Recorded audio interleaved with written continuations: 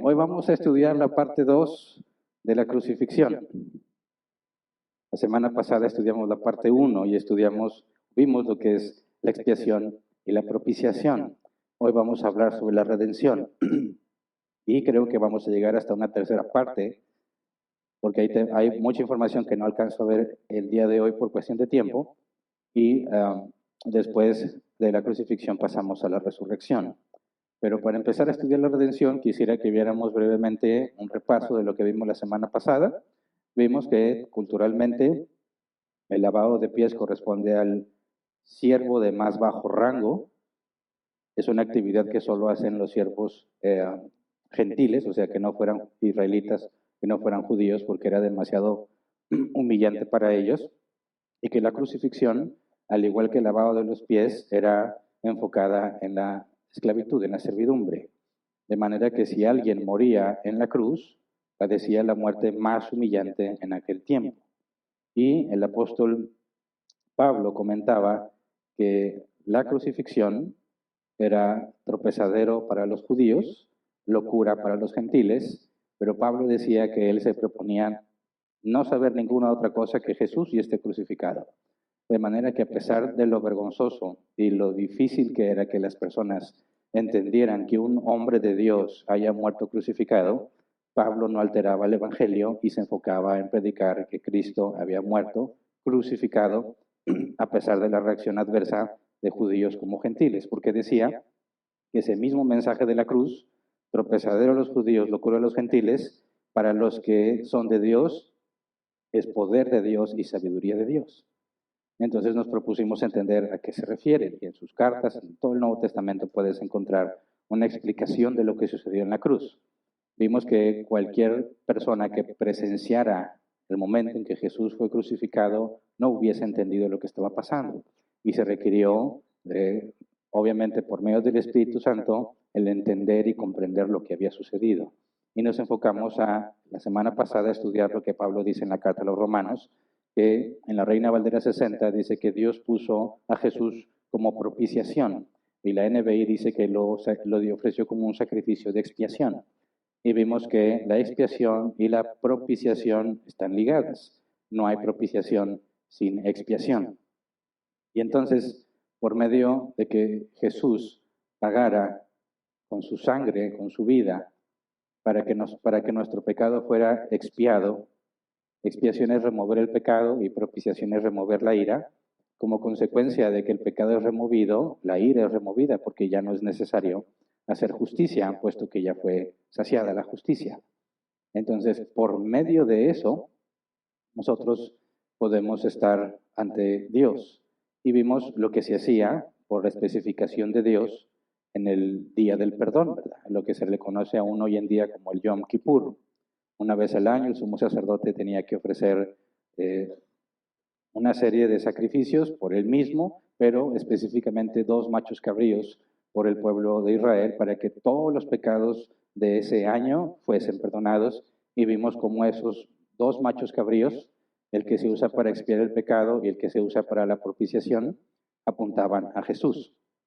Ahora, el día de hoy, como también alcancé a mencionar la semana pasada, hablaremos de lo que el autor de los Hebreos explica diciendo que logró un rescate eterno. Hoy veremos la parte 2 del tema crucifixión y se llama redención. Y también está completamente ligado al tema de la expiación y propiciación, pero tiene enfoques diferentes, es consecuencia de lo que Jesús hizo. Así que vamos a orar así como estamos para empezar a estudiar. Señor, te damos gracias por este día. Te pedimos que con tu Espíritu Santo nos guíes y nos enseñes para poder entender lo que dice tu palabra. Ayúdanos, Padre, a escudriñar. Ayúdanos a entender, Señor, qué creemos, por qué lo creemos, cómo lo aplicamos y cómo lo enseñamos a otros. Ayúdanos a dar razón de la esperanza que hay en nosotros cada vez que se nos demande. Ayúdanos, Padre, a comprender nosotros para que podamos explicar a otros. Te lo pedimos en el nombre de Jesús. Amén. Bien, recordemos lo que leímos la semana pasada, porque de ahí vamos a partir en Romanos 3, versículo 22 al 26. Romanos 3, 22 al 26. Dice, esa justicia de Dios llega mediante la fe en Jesucristo a todos los que creen. De hecho, no hay distinción, pues todos han pecado y están privados de la gloria de Dios. Pero por su gracia son justificados gratuitamente mediante la redención que Cristo Jesús efectuó. Dios lo ofreció como un sacrificio expiatorio que se recibe por la fe en su sangre para así demostrar su justicia. Anteriormente en su paciencia, Dios había pasado por alto los pecados, pero en el tiempo presente ha ofrecido a Jesucristo para manifestar su justicia. De este modo Dios es justo y a la vez el que justifica a los que tienen fe en Jesús. Y nos vamos a enfocar en la parte que dice, versículo 24, por su gracia son justificados gratuitamente mediante la redención que Cristo Jesús efectuó. La palabra redención aquí en griego, según el diccionario Helps, es volver a comprar o recuperar lo que previamente se había perdido. Volver a comprar lo que se perdió, recuperar lo que se había perdido. Así que esta palabra no aplica a algo que compras por primera vez, sino algo que recuperas. Ese es el concepto de redención. Y está compuesta por dos palabras redención, apo y lutrosis. Apo es desde, y lutrosis, fíjate cómo lo define el diccionario Helps, es el pago del precio total del rescate para liberar a un esclavo, particularmente la redención de un individuo. Entonces, cuando nos dice que se volvió a comprar lo que se había perdido, si tú descompones las palabras griegas, todavía te da más información. Es el pago del precio total del rescate para liberar a un esclavo. Entonces nos habla de esclavitud y nos habla de alguna especie de proceso de recuperar algo que perdiste.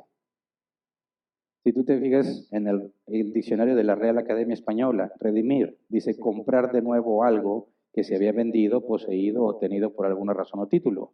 Rescatar o sacar de esclavitud al cautivo mediante precio. Y aquí hace referencia otra vez a la cautividad, a la esclavitud. Es pagar por alguien que está cautivo. Ahora, esta palabra, lutrosis, también se usa en Hebreos. Vamos a Hebreos 9, versículo 11 y 12. Dice, Cristo, por el contrario, al presentarse como sumo sacerdote de los bienes definitivos en el tabernáculo más excelente y perfecto, no hecho por manos humanas, es decir, que no es de esta creación, entró una sola vez y para siempre en el lugar santísimo. No lo hizo con sangre de machos, cabríos y becerros, sino con su propia sangre, logrando así un rescate eterno. Y ahí rescate es pagar el precio de un esclavo. Entonces, cuando se menciona que Jesús nos redimió o logró redención o rescate eterno, establece que está liberando a esclavos, ¿verdad?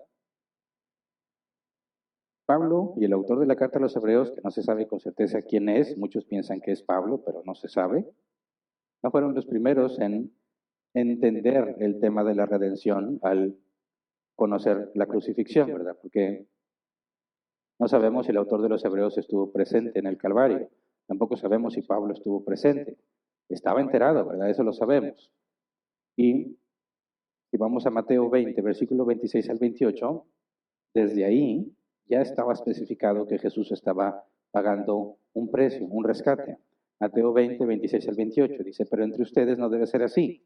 Esto tiene que ver con la última cena que ya estudiamos. Dice, al contrario, el que quiera hacerse grande entre ustedes deberá ser su servidor. Y el que quiera ser el primero deberá ser esclavo de los demás. Así como el Hijo del Hombre no vino para que le sirvan, sino para servir y para dar su vida en rescate por muchos. Rescate, la palabra lutrón, está asociada a la que ya vimos. Diccionario Helps, literalmente el dinero del rescate para liberar a un esclavo. Entonces, la idea de que se están liberando esclavos en la cruz está firmemente y suficientemente establecida en el Nuevo Testamento. Nosotros no nos pertenecemos, es lo que dice la Escritura. Se pagó un precio por nosotros. Vamos a 1 Corintios 6, versículos 19 al 20. Si acaso no saben que su cuerpo es templo del Espíritu Santo, quien está en ustedes y al que han recibido de parte de Dios, ustedes no son sus propios dueños, fueron comprados por un precio. Por tanto, honren con su cuerpo a Dios. Si fuimos comprados por un precio y en la cruz se pagó el precio del esclavo, Ahí está la conexión, ¿verdad? La cruz tiene que ver conmigo. Ya vimos la propiciación, la expiación correspondiente, pero no hablábamos ahí en un concepto de esclavitud y libertad. Ahora nos conecta también. Vamos a primera de Pedro 2:9, pero en la revisión Reina Valera 60.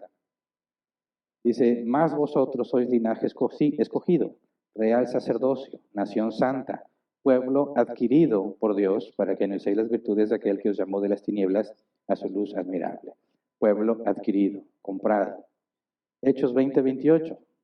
Tengan cuidado de sí mismos y de todo el rebaño sobre el cual el Espíritu Santo los ha puesto como obispos para pastorear la iglesia de Dios que Él adquirió con su propia sangre.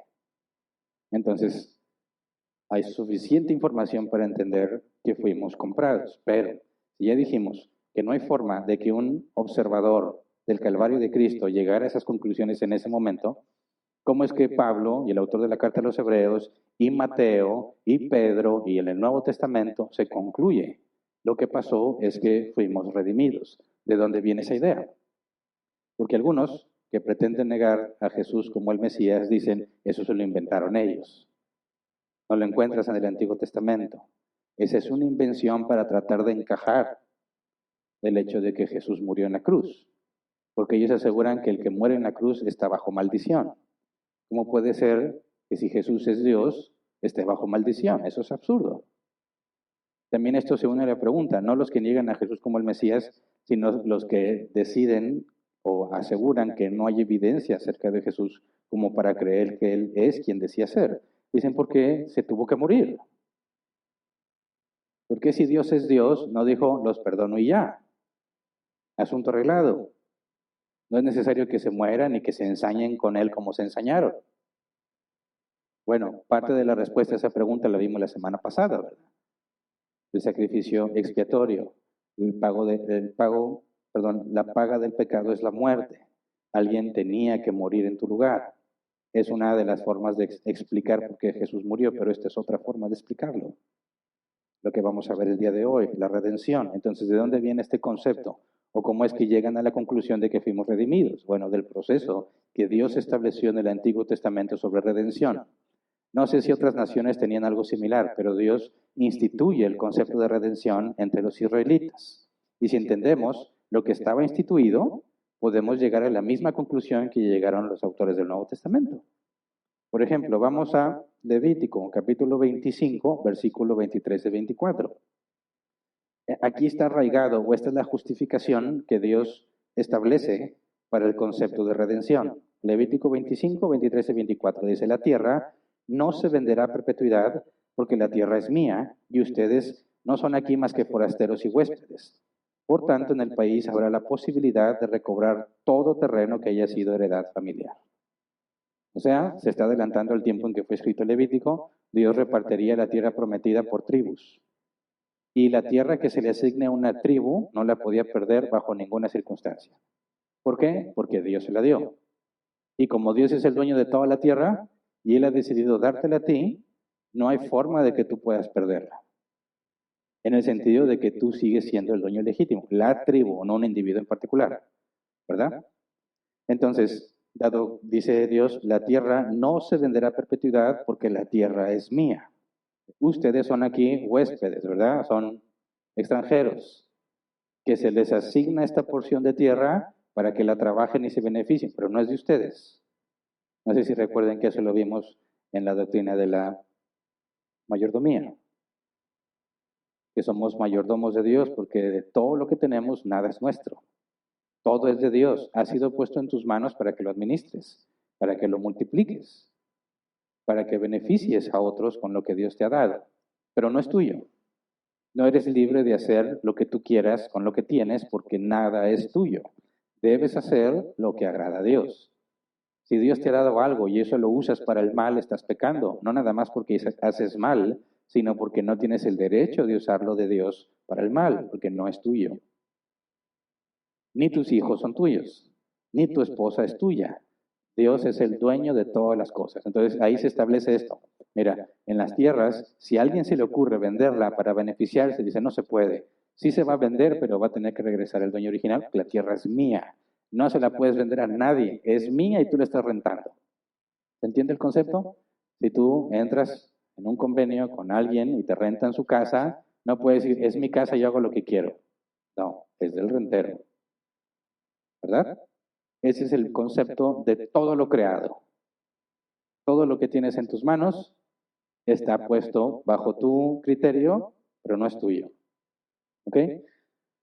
Entonces, cuando dice ustedes no son aquí más que forasteros y huéspedes, bueno, te da la posición en la que Dios ve a todo ser humano, ¿verdad? Estás administrando lo que pongo en tus manos. Con esta aclaración como base, Dios estipula las leyes sobre compra-venta. Levítico 25, versículo 25 al 28. Dice, en el caso de que uno de tus compatriotas se empobrezca y tenga que vender parte de su heredad familiar, su pariente más cercano rescatará lo que su hermano haya vendido. Si el hombre no tiene a nadie que pague el rescate a su favor, pero él mismo llega a prosperar y consigue lo suficiente para rescatar su propiedad, deberá calcular el número de años transcurridos desde la venta y reembolsar el saldo a quien se haya comprado. Así podrá volver a su propiedad. Pero si no consigue lo suficiente para rescatarla, la tierra quedará en posesión del comprador hasta el año del jubileo, cuando el que la vendió la recobrará y éste volverá a su heredad familiar. Entonces aquí se establece, cuando alguien se empobrezca y tenga que vender parte de su heredad familiar, o sea, ya fui un mal administrador o hubo una sequía, algo que me afectó, no pude generar los ingresos o los bienes que necesito, me veo en la necesidad, puesto que tengo que proveer para mi familia, me veo en la necesidad de vender parte de mi terreno, en el contexto israelita, dice, bueno, puede haber alguien que rescate esa heredad. ¿Qué implica que la rescate? Que pague el precio por esa tierra. El precio que le pagaron al dueño y el dueño no tiene para recobrarla, dice, su pariente más cercano, versículo 25, su pariente más cercano rescatará lo que su hermano haya vendido. Tiene que ser un pariente, el más cercano. Ahora esto no era una opción, eso establece una responsabilidad. Cuando dice el pariente más cercano, la palabra pariente se traduce como redimir o redentor. Ahí viene el concepto de redentor, y yo estoy seguro que todos han escuchado que Jesús es mi redentor. ¿Qué implica que es redentor? Que está pagando el precio de algo que se perdió. No que Dios lo perdiera. El pariente más cercano no ha perdido nada, ¿verdad? El que se empobreció perdió la tierra. Y si yo soy el pariente más cercano, yo puedo pagarle al que la tiene para que se la regrese. Pero a mí no me debe nada mi pariente, ¿eh? No fue un préstamo. Lo de los préstamos también está establecido en ese capítulo, pero no lo vamos a ver ahorita. A grandes rasgos, si un compatriota, si otro israelita se empobrecía, antes de que vendiera su tierra, se le daban préstamos sin intereses para que él invierta y salga del bache en el que se encuentra.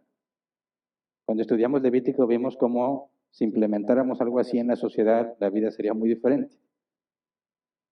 No que ahorita es una soga al cuello cualquier crédito que saques.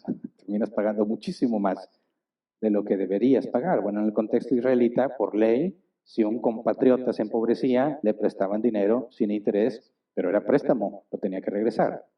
Pero en el caso de redención, se pagaba y la tierra regresaba a su dueño. Ahora, dice el comentario Ellicott, si se ha visto obligado por la presión de la pobreza a vender parte de su tierra, entonces es el deber del pariente más cercano, o como denuncia literalmente el original, el redentor más cercano a él, redimir la propiedad que su pariente empobrecido se ha visto obligado a vender.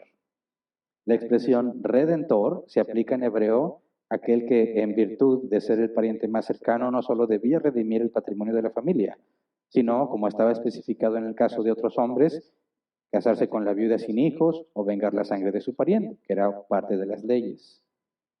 Pero había una responsabilidad entre parientes de ayudar al que se había empobrecido. Si yo tengo y mi pariente ya no tiene, tengo la responsabilidad de redimir su tierra para que mi pariente sea independiente, sea autosuficiente. ¿Se entiende? Versículo 26, si el hombre no tenía a nadie que pague el rescate a su favor, pero él mismo llega a prosperar y consigue lo suficiente para rescatar su propiedad, etcétera. Ahí hay dos caminos, ¿verdad? Perdí la tierra porque me empobrecí. Por las deudas, vendo la tierra para tener que poder seguir viviendo. Tengo un pariente cercano que lo puede redimir, excelente. No tengo, entonces yo puedo, si prospero, juntar el dinero del rescate y entregárselo a quien tiene la tierra para que me la regrese. Ahora, la Biblia afirma que hay dos caminos de salvación, ¿verdad? Yo sé que algunos se pueden escandalizar y decir, no, Jesús es el único camino. Sí, el único camino para alcanzar a Dios, porque el otro nadie lo puede lograr, pero existen dos. Número uno, que seas perfecto. Si eres perfecto, no vas a ser condenado, ¿verdad? Es un camino, pero nadie puede hacerlo porque todos han pecado. Número dos, que tengas un redentor. Si tratas de poner las cosas así, como las deudas que Dios estipula aquí, y pierdo algo, y ahorita vamos a ver el caso de servidumbre, yo tengo el medio, salgo. No tengo el medio, pero el pariente más cercano sí, me libra de la deuda. Ese es el principio que Dios establece para las propiedades. Pero esto no nada más hablaba sobre propiedades, también sobre personas. Levítico 25, 39 al 43. Si alguno de tus compatriotas se empobrece y se ve obligado a venderse a ti, no lo hagas trabajar como esclavo. Trátalo como el jornalero o como el residente transitorio que vive entre ustedes. Trabajará para ti solo hasta el año del jubileo. Entonces lo pondrás en libertad junto con sus hijos y podrán volver a su propia familia y a la heredad de sus antepasados. Todos los israelitas son mis siervos, yo los saqué de Egipto, así que no serán vendidos como esclavos. No serás un amo cruel, sino que temerás a tu Dios. Y aquí está la otra razón. Si a pesar de que ya vendió su tierra, primero, se le dan préstamos, no puede, vende su tierra, sigue estando pobre, no le quedaba más que venderse como esclavo. Y lo he repetido muchísimas veces. El concepto de esclavitud en la Biblia no es el concepto actual de esclavitud. En la Biblia estaba prohibido secuestrar a una persona para venderla como esclavo. Si tú eras descubierto haciendo eso, o sea, si se demostraba que tú habías secuestrado a alguien para venderlo como esclavo, se aplicaba la pena de muerte, te quitaban la vida. Los esclavos eran esclavos por voluntad propia. Por eso dice, si alguno de tus compatriotas se empobrece y se ve obligado a venderse a ti, la esclavitud en los tiempos bíblicos regulada por la ley de Moisés es el equivalente a ser empleado. ¿Me explico? Si aplicamos ese concepto, aquí todos los empleados somos unos esclavos. Y dicen, con razón. El equivalente a no ser empleado es dueño de negocio, empresario. Entonces, en los términos bíblicos, si tu negocio fracasó y te ves obligado por las necesidades a ser empleado, fíjate cómo lo ven como un caso extremo, ¿verdad? Y para nuestra cultura eso es lo normal. La perspectiva bíblica es muy distinta a la de nuestra cultura. Y después hablaremos de eso porque en las universidades y en todas partes te enseñan a ser empleado, no te enseñan a ser empresario. Pero en el contexto bíblico se ve obligado a venderse a ti. Entonces, las leyes de redención para las tierras también aplican a los hombres que se venden como esclavos. No lo estoy asumiendo yo, ahorita lo vamos a leer. Porque también los hombres son propiedad de Dios, ¿verdad? Y un hombre no puede comprar a otro. Puede emplearlo, y puede emplearlo por toda su vida, pero es un acto voluntario. Dice entonces, Levítico 25, versículo 47 al 50. Si un extranjero o un residente transitorio entre ustedes se enriquece, y uno de tus compatriotas se empobrece y tiene que venderse a un extranjero o a un familiar de ese extranjero, no perderá su derecho a ser rescatado después de haberse vendido. Podrá rescatarlo cualquiera de sus parientes, un tío, un primo o cualquier otro de sus parientes, y si llegara a prosperar, él mismo podrá pagar su rescate. Él y su dueño calcularán el tiempo transcurrido desde el año en que se vendió hasta el año del jubileo. El precio de su liberación se determinará en proporción al sueldo de un jornalero por ese número de años. Entonces, si te fijas, si te endeudas y te contrata un israelita, Dios dice, trátalo bien, ¿verdad? Trátalo bien. Pero oye, no se vendió un israelita, sino un extranjero.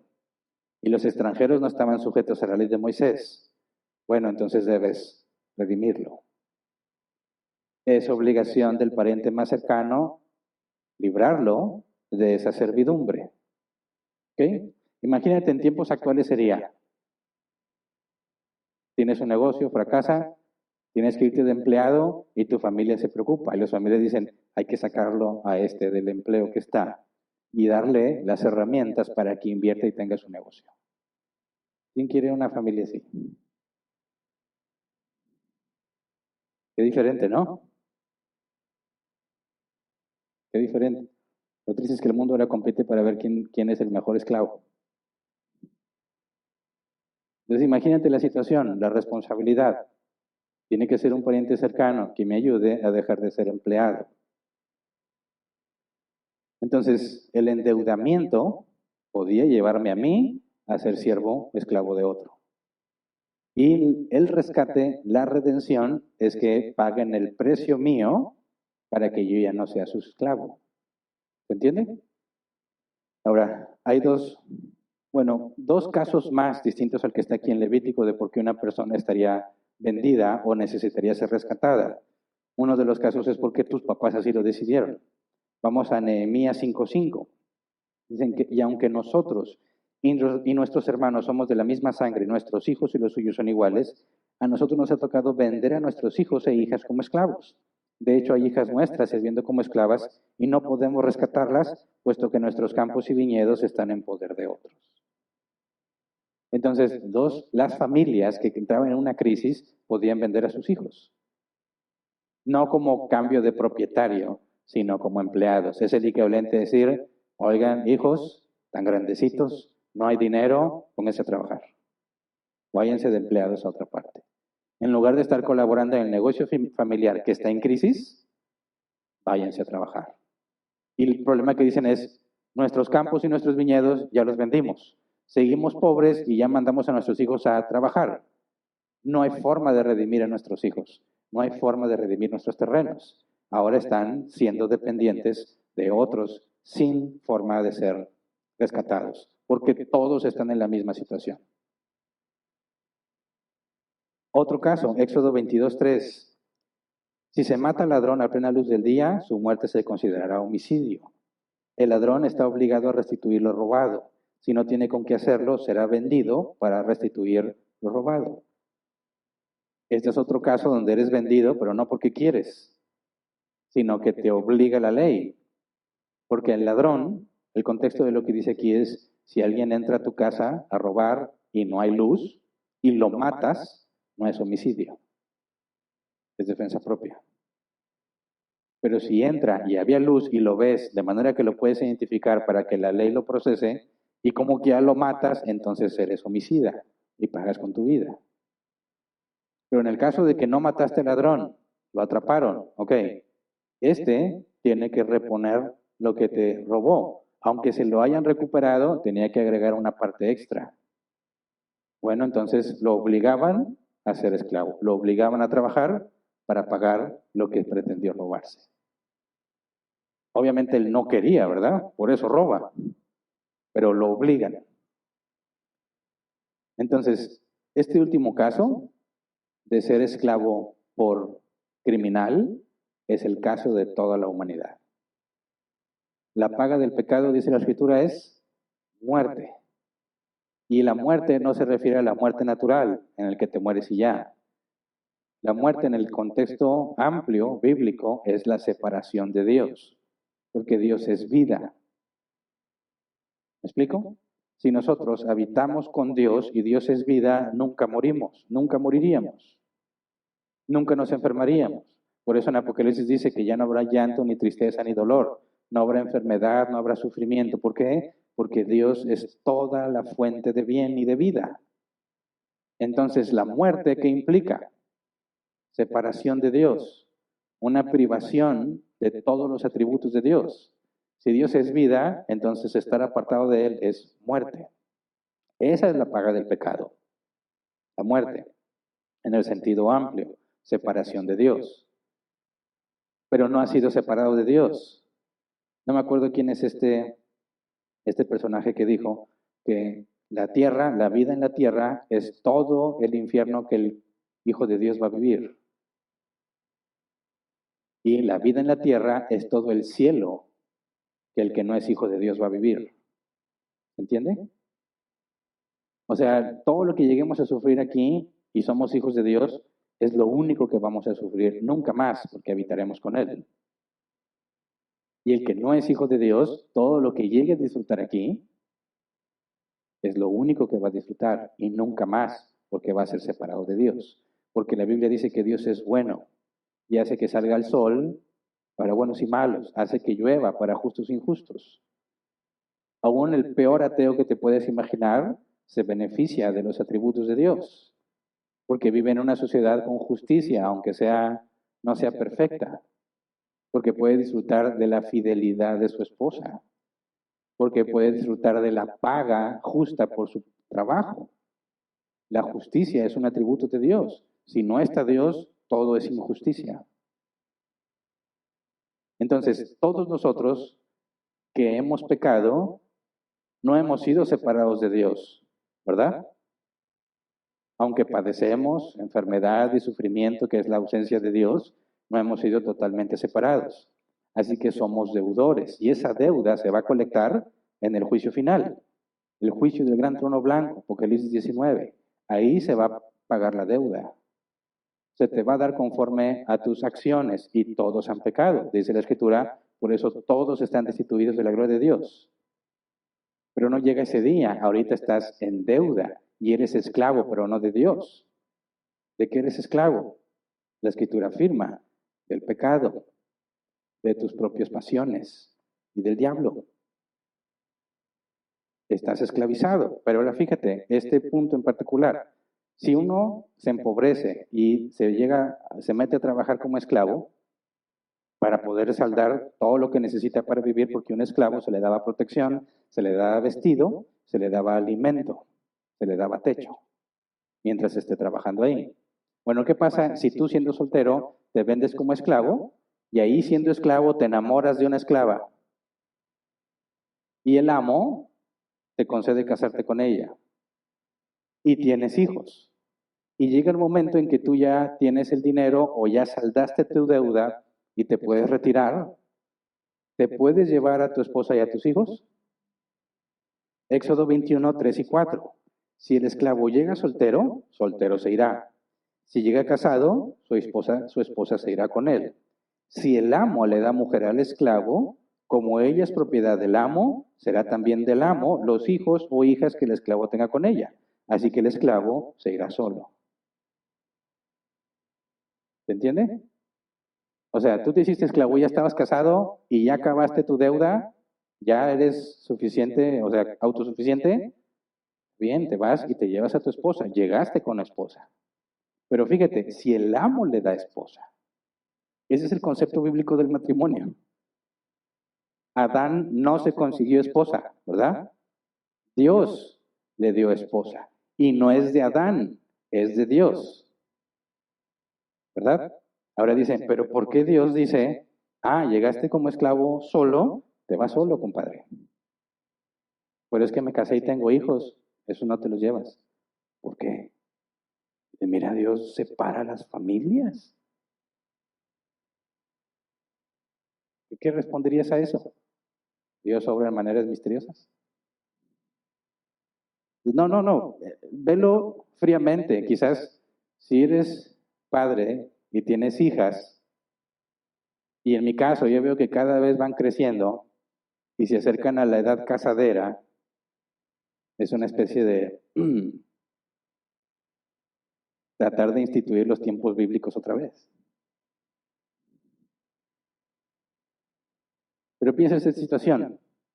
El esclavo se empobreció al grado que se hizo esclavo, ¿verdad? Ahora, se quiere ir y se quiere llevar esposa e hijos, pero él no es capaz de sostenerse a sí mismo. ¿Qué le espera a esa mujer y a los hijos? Miseria. Así que le dice, no te los llevas. Siguen bajo la protección del amo. Siguen teniendo comida, vestido, techo y protección. Eso no significa que nunca se los va a llevar. ¿Qué tiene que hacer para llevárselos? Redimirlos. Tiene que redimir a su esposa, tiene que redimir a sus hijos. Cuando este hombre haga eso, es capaz de sostenerlos. ¿Se entiende? No es dividir las familias, es proteger a la mujer y a los hijos de un hombre que no es capaz de sostenerse a sí mismo, hasta que demuestre que ya tiene la capacidad de sostenerse. Por eso cuando algunos, incluso los cristianos, dicen, el amor es lo único que importa, aunque no haya dinero, difiero completamente.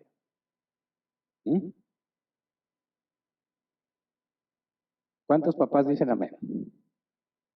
¿Nadie? Hay uno que otro. Los otros que dicen, ya, que se vayan. No, qué bueno fuera que se establecían el pago de una dote. No porque yo quiera el dinero, sino porque se demostraba esto mismo. Así como el esclavo tenía que redimir, aun si no se había casado, si ahí está su novia, se quiere casar con ella, pero él quiere ser libre y no quiere ser esclavo ni él ni ella, no se la puede llevar a menos que la redima. Es el equivalente a la dote. Tú ibas con el suegro, prospecto, futuro suegro, le tenías que decir, esto es lo que yo doy por su hija. Y dice, mira qué interesado el suegro. No, esto es lo que prueba que yo le voy a dar una vida igual que usted le dio o mejor a su hija. ¿Se entiende el propósito de la dote? Y si no pasabas ese filtro, no te casas. ¿Qué haría eso con los muchachos? Los obliga a trabajar, a generar bienes para que le concedan casarse con la chica que ama. ¿Se entiende? Ahora, este es el punto.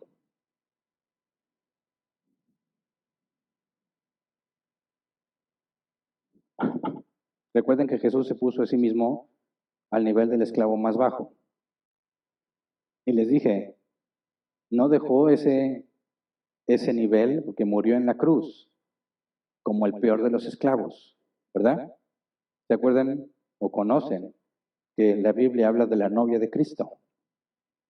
¿Quién es la novia de Cristo? No van a decir María Magdalena, como dicen algunos, ¿verdad? Sí, ya vi el Código Da Vinci, una película muy vieja. No, por favor. La Biblia especifica, la novia de Cristo es su iglesia. Pero ¿por qué esa analogía?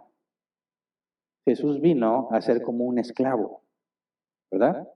No era esclavo, pero vivió como un esclavo, ¿verdad? Puesto que él nunca pecó, la muerte no lo pudo retener, porque la paga del pecado es la muerte. Cuando lo condenan a muerte y Jesús muere, Dios lo resucita como evidencia de que la muerte no tiene poder sobre él. ¿Qué significa eso? Que él nunca pecó, por eso no puede permanecer muerto. Pero al morir en la cruz, todo lo que padeció, dice la Escritura, es expiación y propiciación, ¿verdad? Remueve el pecado, remueve la ira, pero también paga el precio de sangre, porque la paga del pecado es muerte, y él padeció la muerte, no nada más física, sino lo que correspondía a la separación de Dios. Y sus últimas palabras lo especifican, Dios mío, ¿por qué me has abandonado? Si Dios quiere, eso lo estudiaremos la próxima semana. Pero lo que dice la Escritura es que pagó el precio, padeció la muerte, la condenación que nos tocaba a nosotros, y lo hizo no porque él tendría que librarse, sino para redimir a su novia, que es la iglesia. ¿Se entiende? ¿Por qué se dice que nos ha redimido? Porque ya no soy esclavo del pecado. Al darme Dios el nuevo nacimiento, al regenerarme, cambia mi forma de pensar, cambia mis deseos, cambia mis planes, cambia mis motivaciones. Yo ya no soy esclavo del pecado. O sea, que lo que Jesús hizo en la cruz no nada más quita mi pecado y quita la ira, sino que me cambia a mí, paga el precio para que yo ya no sea esclavo del mundo, para que ya no sea esclavo de mis pasiones, para que no sea esclavo de Satanás. Ahora soy de Cristo, porque Él pagó el precio. En la analogía del que es siervo, se escoge una novia y paga el precio para redimirla, es la analogía que en la Escritura el Nuevo Testamento toma para explicar lo que Jesús hizo por su pueblo. Se rebajó como humano y luego siendo humano se rebajó como siervo. Y al nivel de siervo tiene a su novia y luego paga el precio para redimirla y hacerla libre y poder casarse con ella en libertad. Y eso es lo que la Biblia le llama en Apocalipsis la cena de bodas del Cordero. Hay una analogía entre Cristo y la iglesia que está reflejada en el matrimonio entre el esposo y la esposa. Y dice el apóstol Pablo, así como Cristo se entregó por ella, así el esposo se entrega por la esposa.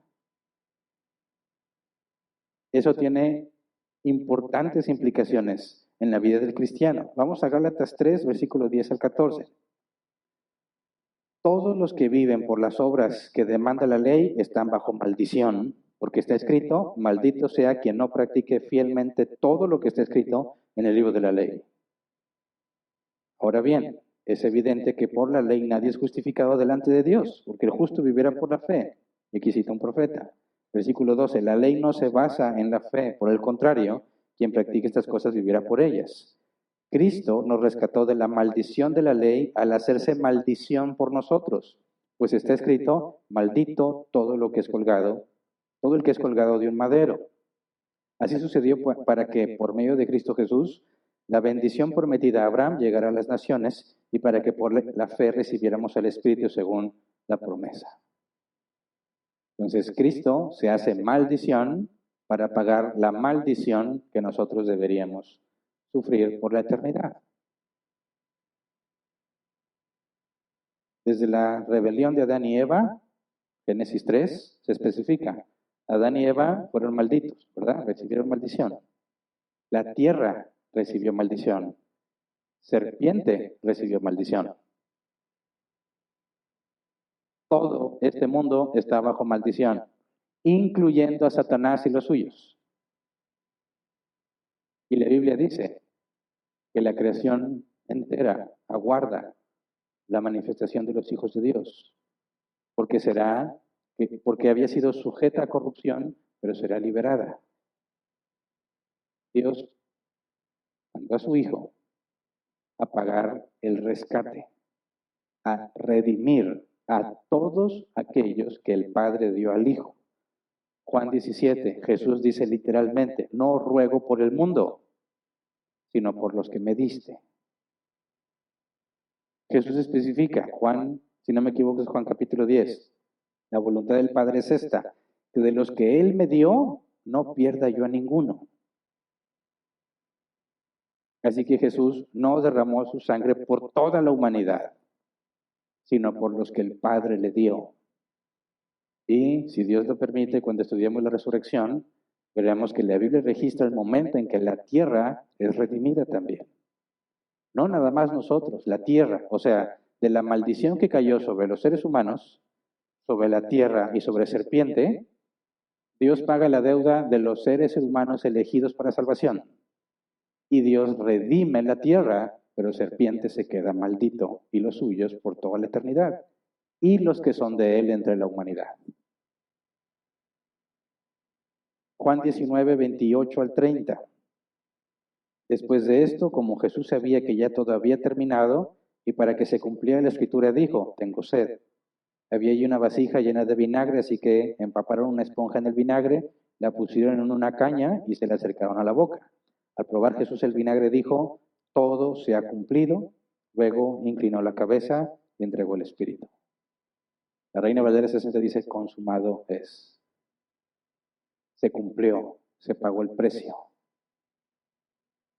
Está íntimamente relacionada la redención con la propiciación. Al remover el pecado y la ira, eres libre de la esclavitud del pecado, del mundo y de Satanás. Se entrega gratuitamente mediante la fe, pero no fue gratuita. porque Jesús pagó el precio. Pero si efectivamente Jesús pagó el precio de tu redención, entonces tú ya no vives como el mundo. El mundo vive como vive porque son esclavos de sí mismos, de su pecado y de Satanás. La Biblia especifica, son cautivos a la voluntad de Satanás. Por eso es que podemos distinguir quién es cristiano y quién no, quién es redimido y quién no. ¿Por qué? Por la vida que llevan. Porque si tú sigues haciendo las cosas del mundo, sigues siendo esclavo del mundo. Por lo tanto, no fuiste redimido. Pero si tú eres diferente al mundo, y eso es visible por el mundo y por la iglesia de Cristo, entonces fuiste redimido. Aunque te equivocas, aunque pecamos y tropezamos, la evidencia es que no soy como el mundo. Todo aquel que fue redimido, ahora es siervo de Cristo. No fue redimido para que haga lo que le plazca. Fue adquirido por precio, fue comprado, le perteneces a Dios. Pero acuérdate, redención es pagar lo que se había perdido. Lo que se perdió en Edén, la humanidad rebelándose, porque ellos mismos se quisieron rebelar y ahora es imposible que paguen su deuda. Dios dice, aquí está el pago por todos los míos. Y retoma lo que había en Edén. Lee Génesis 1 y Génesis 2 y luego lee Apocalipsis 19, 20 y hasta que acabe y vas a ver la conexión. Lo que empezó y el hombre destruyó, Dios lo restaura y lo hace mucho mejor. Por eso decimos que Jesús es nuestro Redentor. Entonces, ¿por qué tuvo que venir al mundo y hacerse hombre y pagar? Porque esa es la ley que Dios especificó. Tiene que ser un pariente cercano. ¿Entiende? Tiene que ser un pariente cercano. Él no le correspondía la obligación de ser redentor nuestro, pero se hizo semejante a nosotros, como uno de nosotros, y adquiere la responsabilidad de redimirnos. En Apocalipsis lo describe, desde la visión de Daniel está descrito. Pero aún no hemos estudiado cómo es que Jesús pagó. Porque si la condenación es eterna, ¿cómo puede Jesús pagar un castigo eterno? Por eso ya habíamos estudiado las dos naturalezas de Cristo. Tiene una naturaleza divina y una naturaleza humana. En su naturaleza humana es imposible que pague una deuda infinita, pero en su naturaleza divina sí. Así que esto nos debe llevar a concluir, número 1, si Dios me redimió por medio de su Hijo, yo no vivo como el mundo. No amo lo que el mundo ama. No busco lo que el mundo busca. Y cuando me encuentro a mí mismo deseando lo que el mundo desea y buscando lo que el mundo busca, debo rogarle a Dios que me dé arrepentimiento. Yo debo buscar lo que Dios ha dicho. Yo debo anhelar lo que Dios dice que es bueno. Yo debo esforzarme por las cosas de Dios a pesar de que estoy en el mundo. Así como la mayoría de aquí son empleados y van a trabajar, ¿por qué el mundo trabaja? Para vivir. Tú no puedes decir eso. Tú no eres del mundo. Pero también necesito vivir, claro, pero no es tu motivación.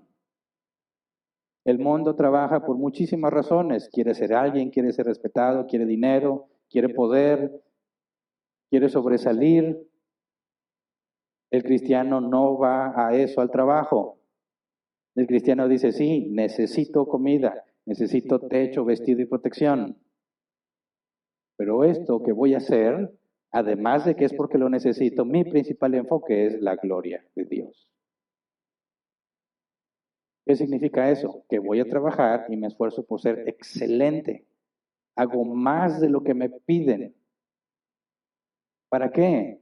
Para que Dios sea glorificado. Para que cuando digan, oye, mira, Hernán es muy bueno, no soy yo. No soy yo. Es Cristo en mí. Para que cuando digan, mira, es bien honrado, es bien responsable, hace las cosas con excelencia, ¿qué le pasa? ¿De qué es? Es cristiano. Ah, no sabía que los cristianos eran así. Eso glorifica a Dios. Los que son de Cristo así son. Tristemente, la gran mayoría no. Uy, eso que es cristiano es lo que dicen.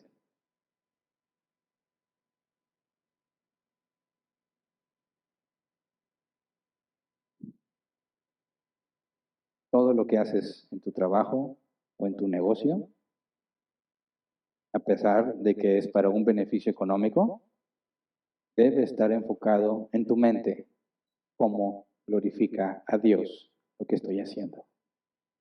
Eso demuestra que eres redimido.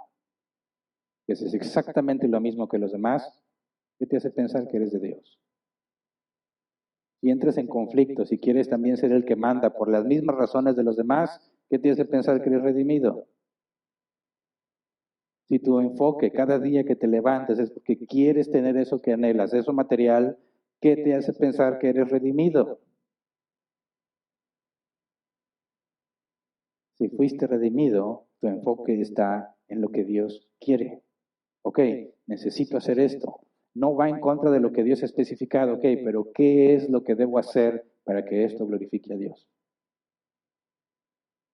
Esa es la diferencia radical entre ver a un hombre o mujer del mundo y ver a un hijo o hija de Dios. ¿Por qué lo haces? Oye, pero ¿para qué te esfuerzas? Ni siquiera te van a pagar por eso. No lo hago para que me paguen. Jesús dijo que cuando me piden ir a una milla, vaya una extra. ¿Por qué?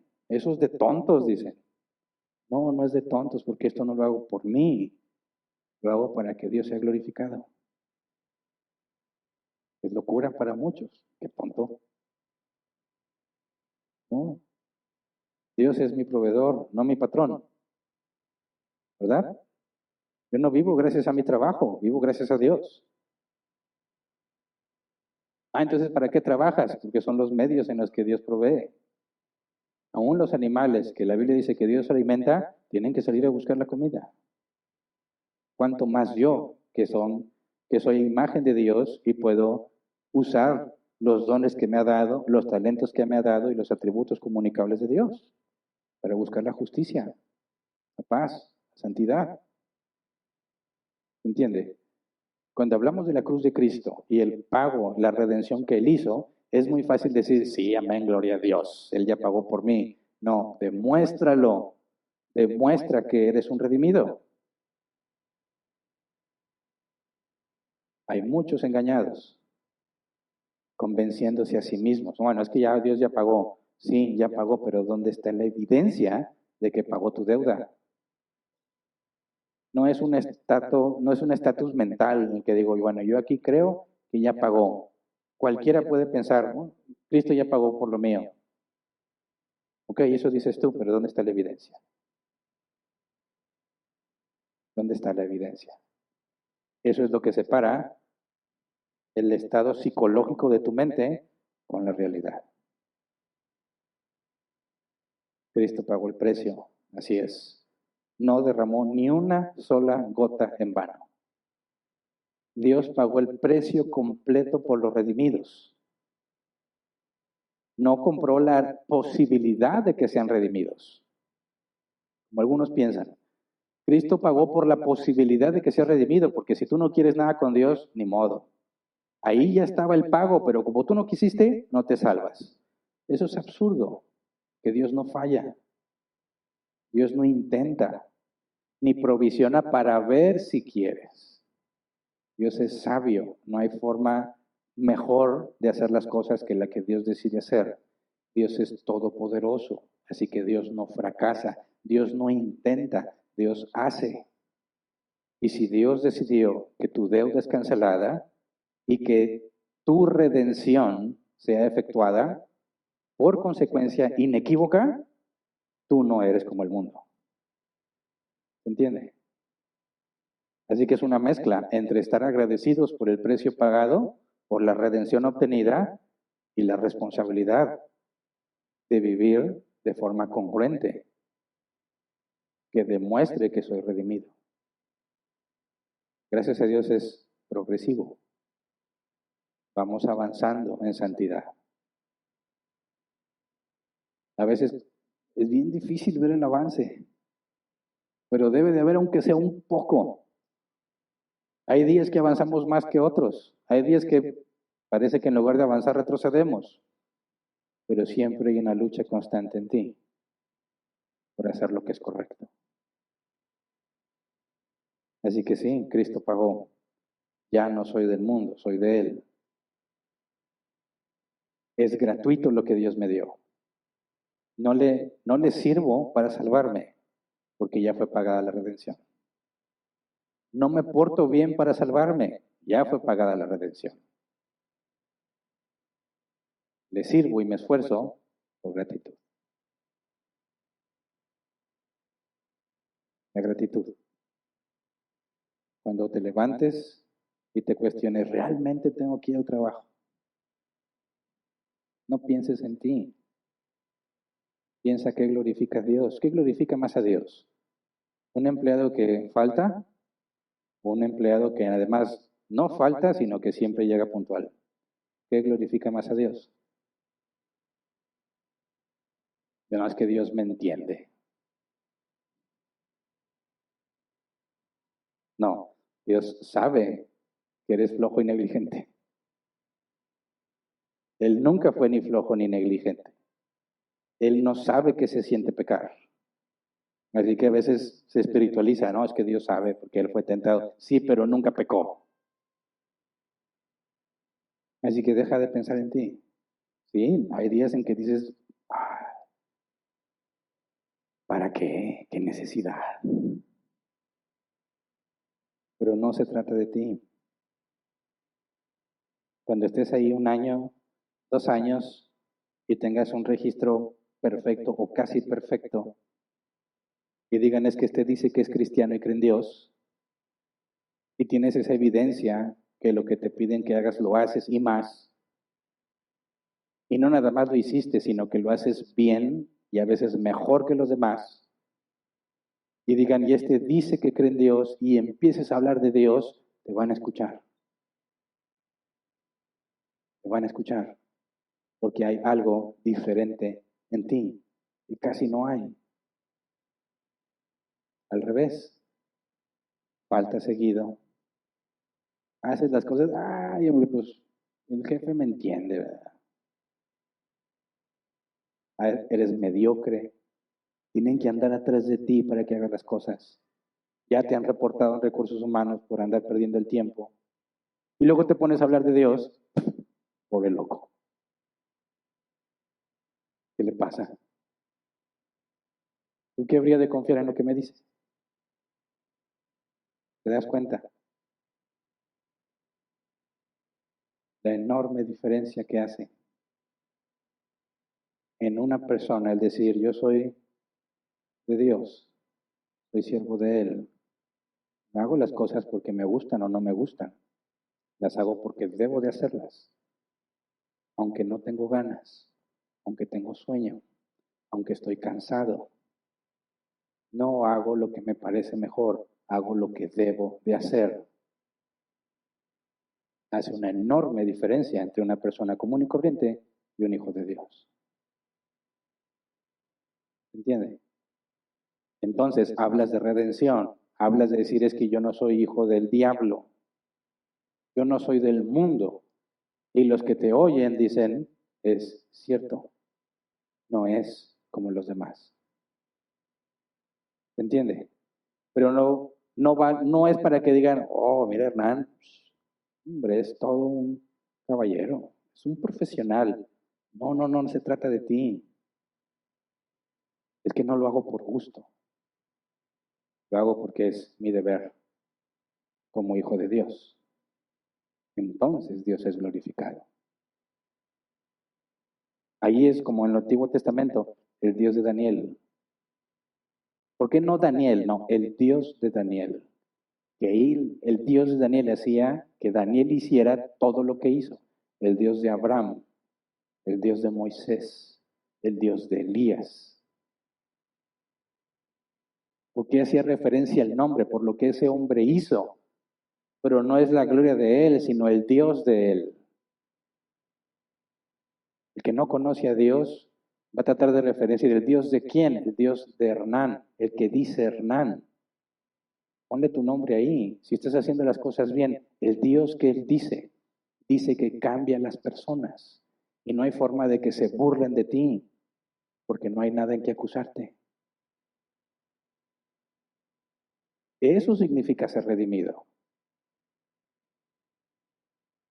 Nos alegramos y nos gozamos en que se pagó el precio y al mismo tiempo debemos procurar que haya evidencia de la redención.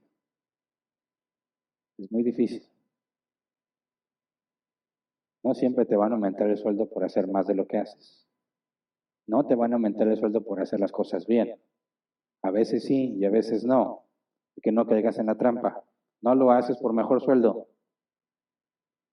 Lo haces por la gloria de Dios.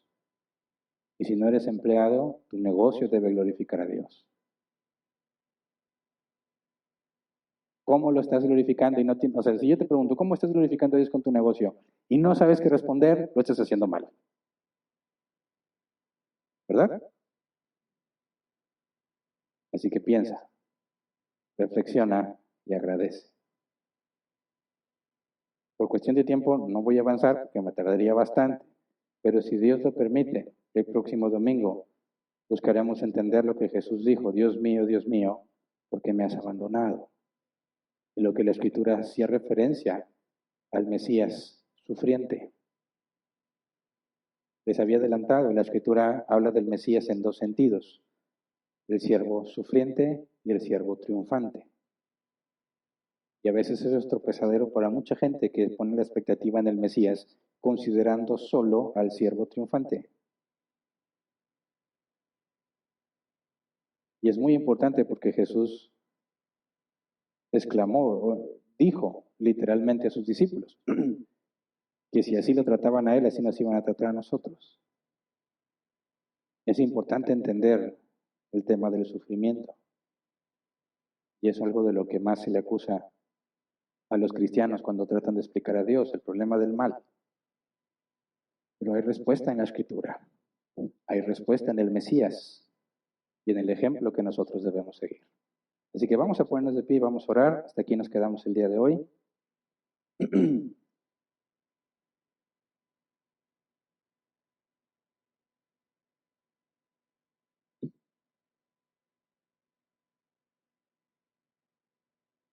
Y démosle juntos a Dios esto, que nos permite entender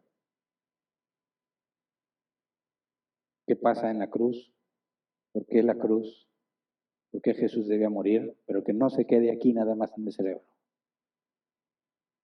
que se refleje en nuestra vida. Examínate cómo estás haciendo las cosas. ¿Estás glorificando a Dios o ni siquiera lo piensas? No seas como esos que son cristianos aquí nada más, de domingo, de miércoles, que aquí piensan en las cosas de Dios. Aquí buscan servir a Dios, pero luego regresan a su vida normal y ni se acuerdan de servir a Dios. Piensan que es nada más vivir y hacer lo que el mundo haga. No, tú no dejes de ser cristiano y que salgas de aquí. Tú eres hijo de Dios en todas partes. Y no hay nada especial en estas cuatro paredes. Dios no está aquí dentro de estas cuatro paredes, está en sus hijos. Y el Espíritu Santo, como Jesús dijo, estará con nosotros todos los días hasta el fin del mundo. Así que eres un hijo de Dios y se espera que te comportes como hijo de Dios donde quiera que estés, haya más personas presentes o no. Ahí es donde se debe de conectar. Excelente entender lo que la Escritura dice y por qué Jesús padeció y qué implica que soy redimido, pero ahora hay que vivirlo. Debo saber qué creo, por qué lo creo, cómo lo aplico. Porque el momento en que lo aplicas y eres coherente, ahora sí, enseñárselo a otros. La Escritura adelanta, sí, se van a burlar de ti, pero que sus burlas y sus acusaciones sean falsas.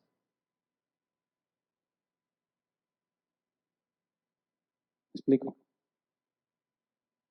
Oremos, Señor. Ten misericordia, Señor, porque somos rebeldes. Perdónanos porque nos dejamos arrastrar por la corriente de este mundo. Es tan fácil hacer lo que los otros hacen. Es tan fácil dejarte llevar lo que sientes. Es tan fácil justificarnos porque estamos cansados. Es tan fácil victimizarnos porque nos pasan muchas cosas que no son agradables. Es tan fácil, Señor, encontrar una excusa para no hacer lo que debemos hacer. Por eso te rogamos que nos des la evidencia, Señor, que somos tuyos, que efectivamente fuimos redimidos y que estoy en un proceso gradual. Aún no soy todo lo que debo ser, pero estoy avanzando. Ayúdanos, Señor, a tener la evidencia en nosotros mismos primero, que somos tuyos. Y luego, Señor, a los que nos conocen, sean o no sean cristianos, que pueda haber mucha claridad, muchísima diferencia entre los hijos de Dios y los del mundo. Que no tengamos, Señor, que decir que somos diferentes, que sea evidente y palpable, que no servimos al mundo, ni buscamos las cosas que el mundo busca, ni tenemos las motivaciones del mundo, sino que tenemos la mente de Cristo. Somos motivados por Cristo y lo hacemos para la gloria de Cristo. Concédenos, Padre, que a pesar de nuestro pecado se pueda percibir congruencia entre lo que nos has enseñado y lo que hacemos. Que no se quede el conocimiento solo en nuestra mente, Señor. Te rogamos que lo conviertas en sabiduría, en saber cómo se aplica, ponerlo en práctica en nuestras vidas, para que cuando hablemos, Señor, no tenga nada de qué acusarnos. No somos perfectos, Señor. Cometemos muchas faltas, pero te rogamos, Señor, que sea evidente que no somos de este mundo.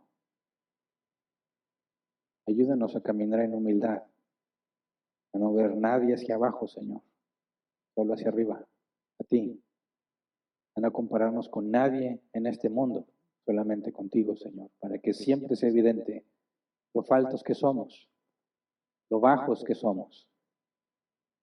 Ayúdanos a caminar en humildad, a entender siempre que lo que hacemos debemos hacerlo porque es lo correcto, es lo que te agrada, independientemente de cómo nos sintamos. Concédenos, Padre, tener la evidencia de la redención. Ayúdanos a vivir conscientes de que no somos nuestros, no somos de nosotros mismos, fuimos comprados por sangre. Podamos vivir sujetos a ti, Señor. Cuando nos rebelamos, disciplínanos. No nos entregues a nuestros deseos. No nos des lo que nosotros deseamos, sino lo que tú deseas, Señor. Te lo pedimos en el nombre de Jesús. Amén. Pueden sentarse. Pasemos a la sección de preguntas.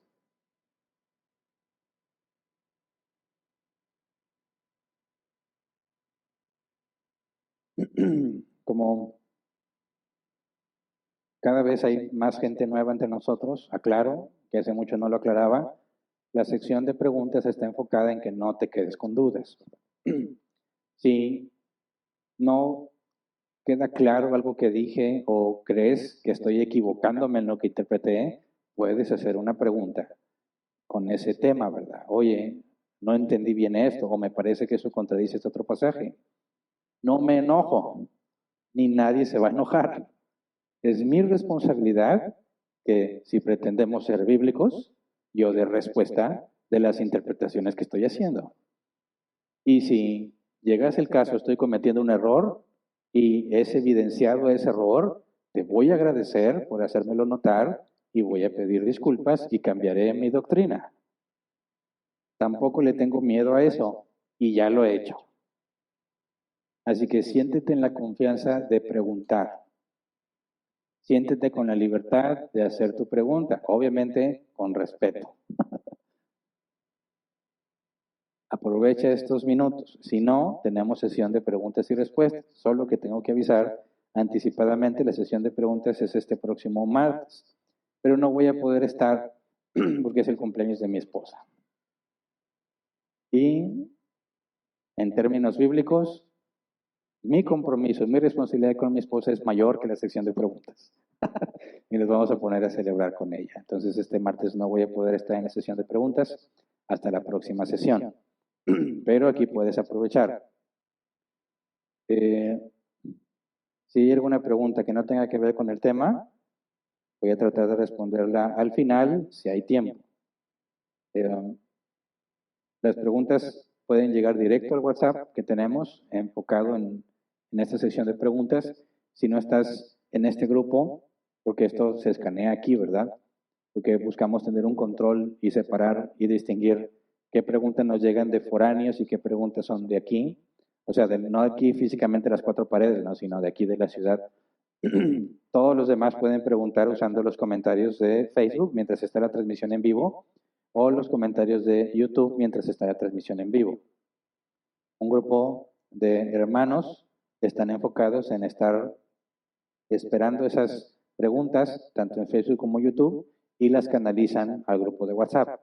Conforme se va poniendo la pregunta en YouTube o en Facebook, así se va poniendo en el grupo de WhatsApp, de manera que no hay diferencia en tu pregunta si la hiciste desde WhatsApp o las redes sociales, van llegando a WhatsApp conforme se fueron realizando.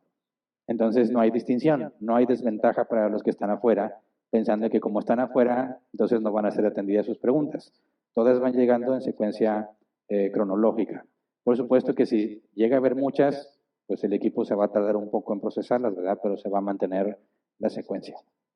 Así que empiezo a leer. Primera pregunta, Lara Hernández dice, buenas tardes. Anteriormente recuerdo que comentó que la esclavitud de aquel tiempo no es como la conocemos. Entonces, ¿por qué en ese versículo dice que no seas un amo cruel? ¿De qué crueldad habla? Bueno, muy buena pregunta.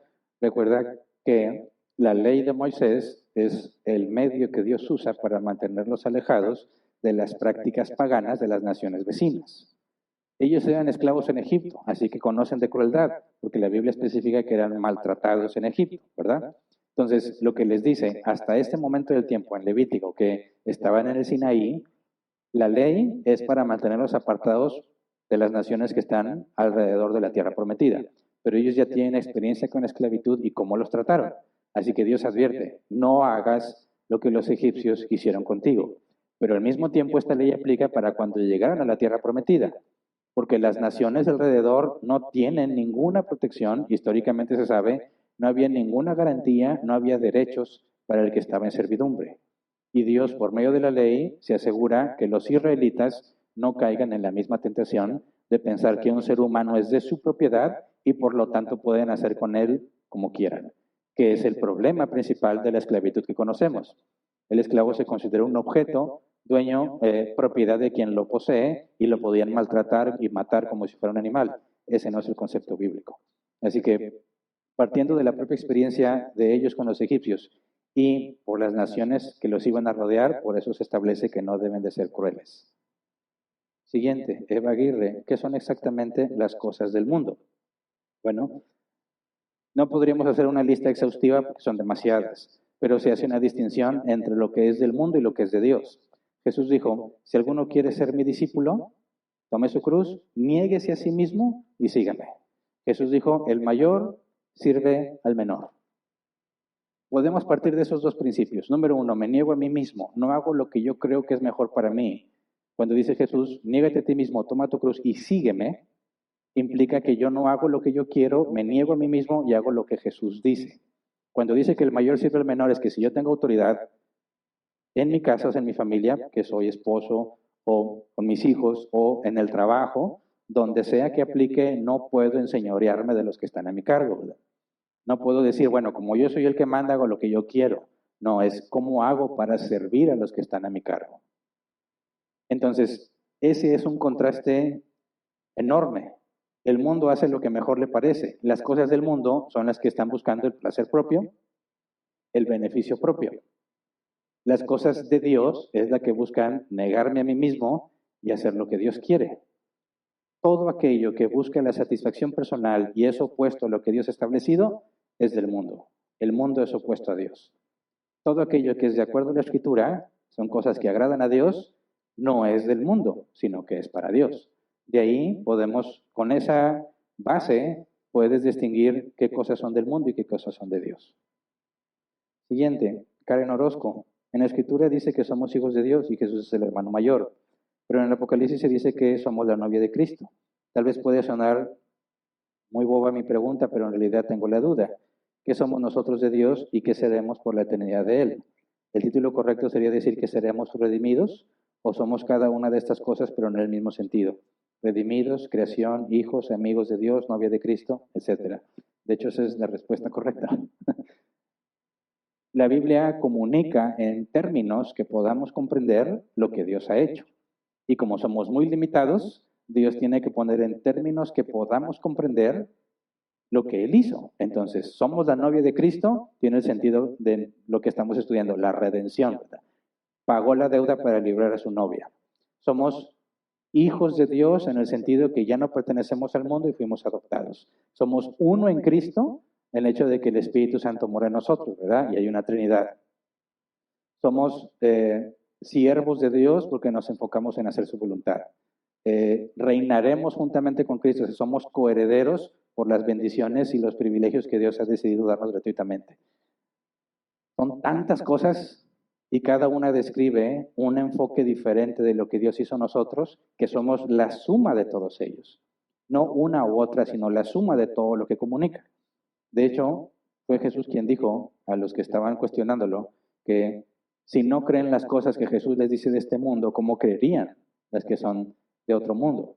Así que si Jesús dijera en términos celestiales las cosas que somos o cómo somos, sería imposible para nosotros comprenderlo.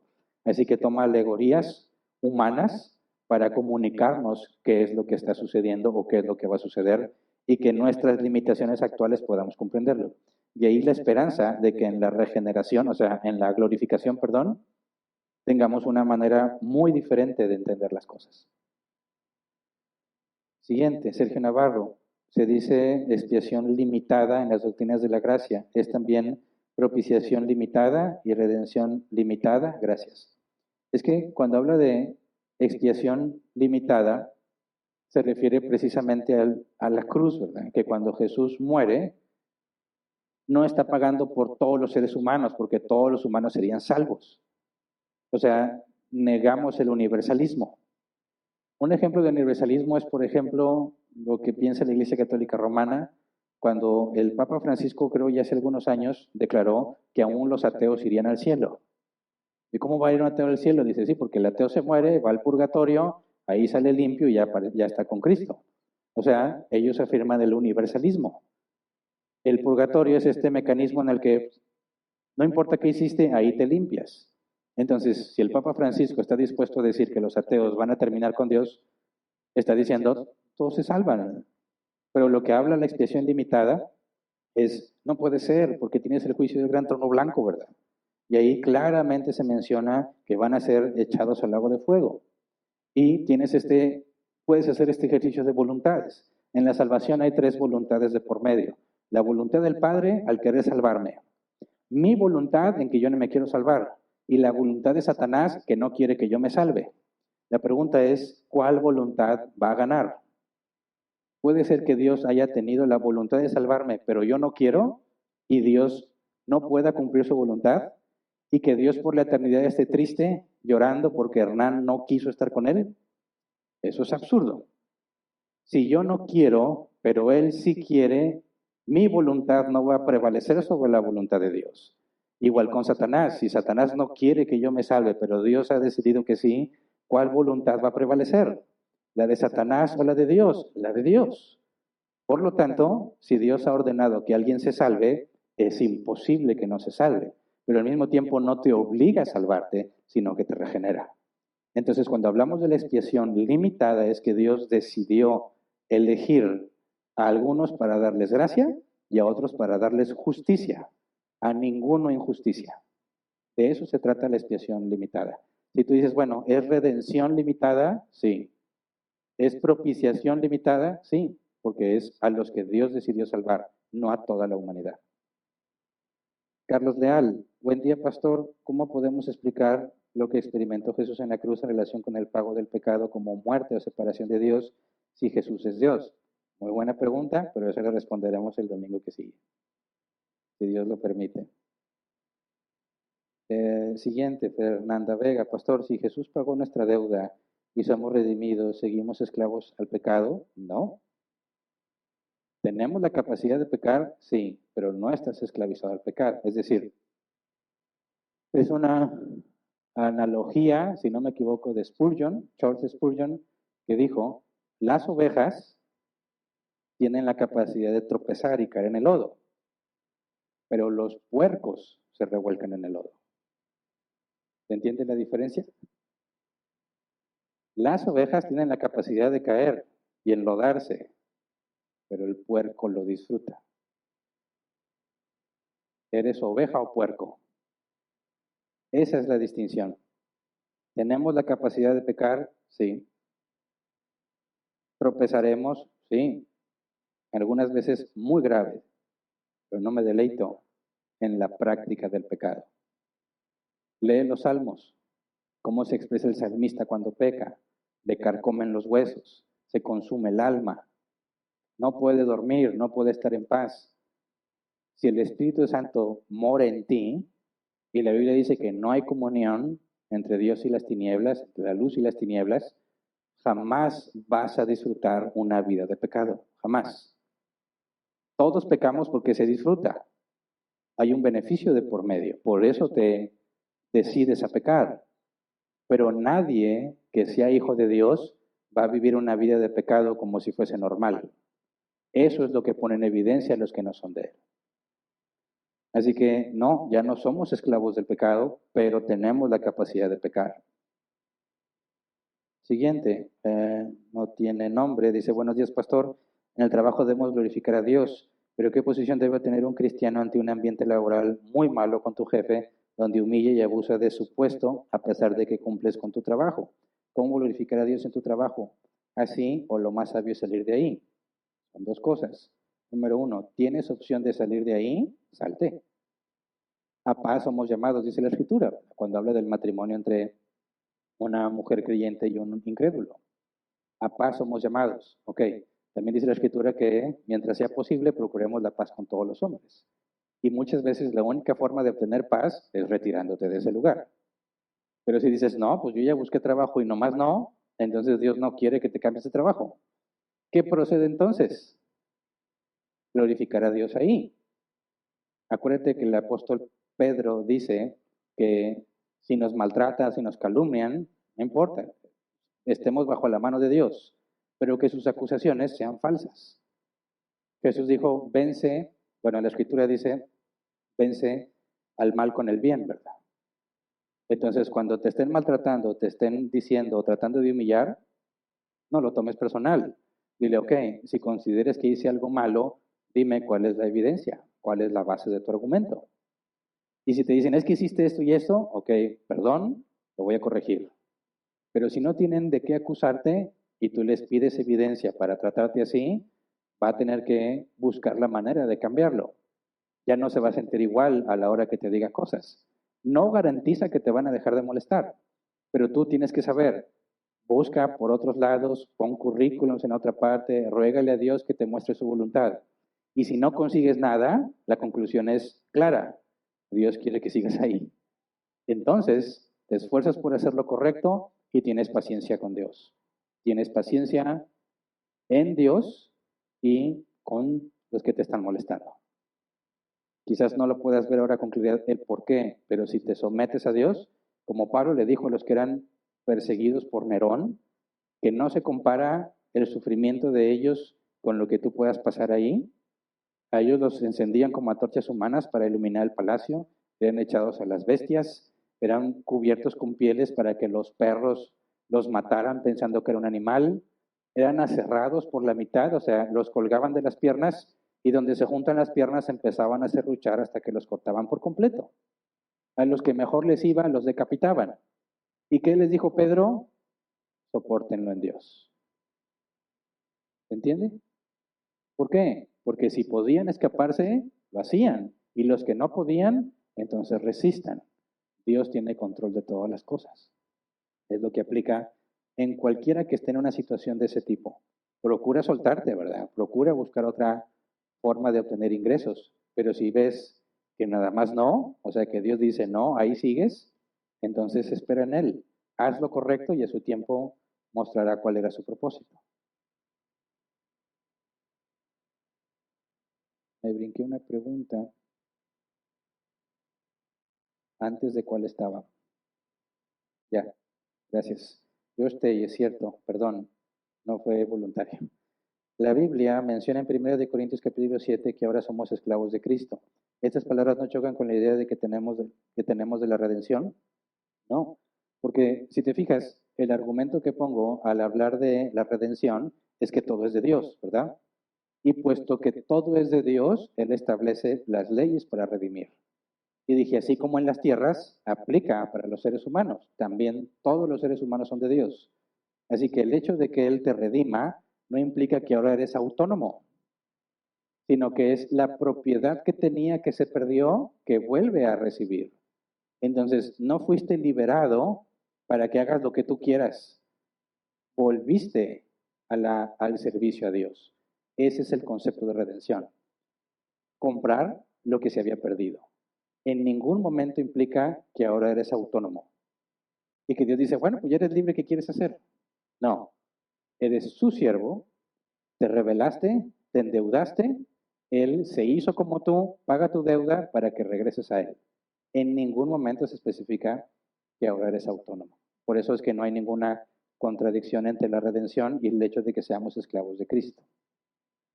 Siguiente, Jesús López. Buen día. La redención la podemos considerar otra prueba bíblica de que la salvación no se pierde, ya que fue un precio pagado y no sería congruente perderla si ya hay un pago. Exactamente, ¿es correcto? Si ya pagó Jesús y él mismo dijo consumado es, no hay forma de que digas, no, pues que dijo Jesús que siempre no, que el pago no se concretó o el de la transferencia nunca llegó y que te regreses. Eso sería absurdo. El pago ya se hizo, no hay forma de que dejes de ser su siervo. Y si te quieres rebelar, te azota, ¿verdad? Como hijo. Así que es correcto, es una forma más de demostrar que la salvación no se pierde.